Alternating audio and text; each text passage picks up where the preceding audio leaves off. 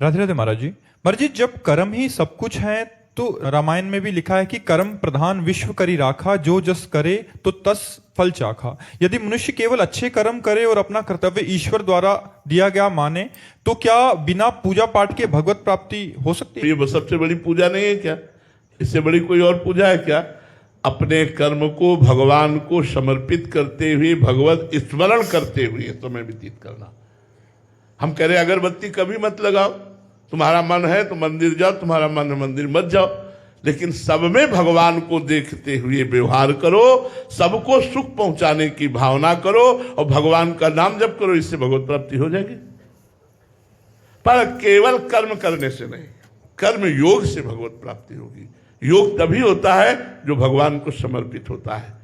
जो भगवान का भजन करते हुए कर्म किया जाए वो भगवत प्राप्ति कराता है। ऐसे कर्म तो सब कर रहे हैं और कर्म जंजाल में फंसकर पुनरपि जननम पुनरपि मरणम पुनरपि जननी जठरे शयनम, लेकिन मोक्ष को वही प्राप्त होगा, कल्याण को वही प्राप्त होगा जो नाम जप करते हुए कर्म को भगवान को समर्पित करता है। वो कर्म योग हो जाता है। मुख्य समर्पण है, नहीं तो उसका पुण्य मिलेगा और पुण्य का फल। भगवत भावना विहीन किया हुआ कर्म दो ही प्रकार का होता है, शुभ और अशुभ। और शुभ और अशुभ कर्म अवश्य में भोक्तव्यम कृतम कर्म शुभाशुभम, आपको भोगना पड़ेगा शुभ अशुभ कर्म, लेकिन हमको भोगना ना पड़े, कर्म बंधन छिन्न भिन्न हो जाए और हम परमानंद को प्राप्त हो, इसके लिए भगवान की शरण में होकर हर कर्म भगवान को समर्पित करते हुए, भगवान नाम जप करते हुए, पाप कर्म से बचते हुए जीवन व्यतीत किया जाए तो भगवत प्राप्ति हो जाए। महाराज जी, इसमें कर्म में, अच्छे कर्म में ये आ जाता कि हमें लगता है कि हम पुण्य करें, हम प्याऊ लगाएं, हम भंडारा कराएं तो हमें इसके बदले में और ज्यादा पुण्य मिलेगा और अच्छे लोगों की प्राप्ति होगी, बस इतना भाव रहता है। बट ये जो मुक्ति वाला है,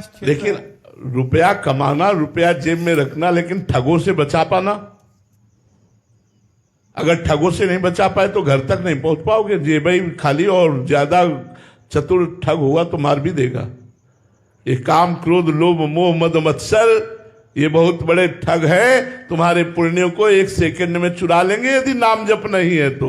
भगवान की शरणागति नहीं है, नाम जप नहीं। अब देखो, महाराज ययाति अपने पुण्य बल से स्वर्ग, महाभारत की कथा है, महाराज ययाति अपने पुण्य बल से स्वर्ग में खूब आनंद लूट रहे थे। तो देवराज इंद्र ने देखा कि इनका तो पुण्य नहीं खत्म हो रहा, इतने बड़े पुण्यवान है, तो उन्होंने एक चाल चली, बड़ी सभा में बुलाया और कहा, महाराज आप इतने बड़े पुण्यात्मा हैं कि इतने समय से स्वर्ग का भोग कर रहे हैं लेकिन आपके पुण्य नष्ट नहीं हो रहे, ऐसा आपने क्या किया?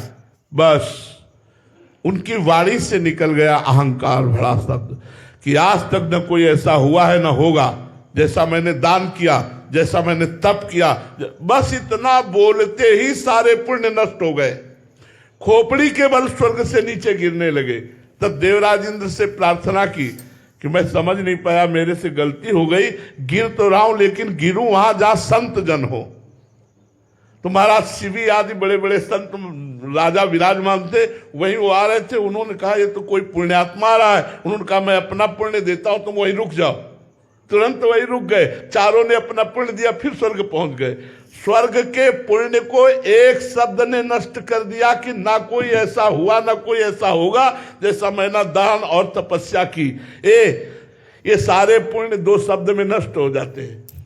फिर काम क्रोध लोभ मोह मद मत्सर इनकी, राम राम कहो, राधा राधा कहो, कृष्ण कृष्ण कहो, अच्छे आचरण से चलो, अभिमान रहित रहो, तब तुम्हारा मंगल होगा। ये एक सेकंड के तुम्हारे अपराध से नष्ट हो जाने वाले पुण्य हैं।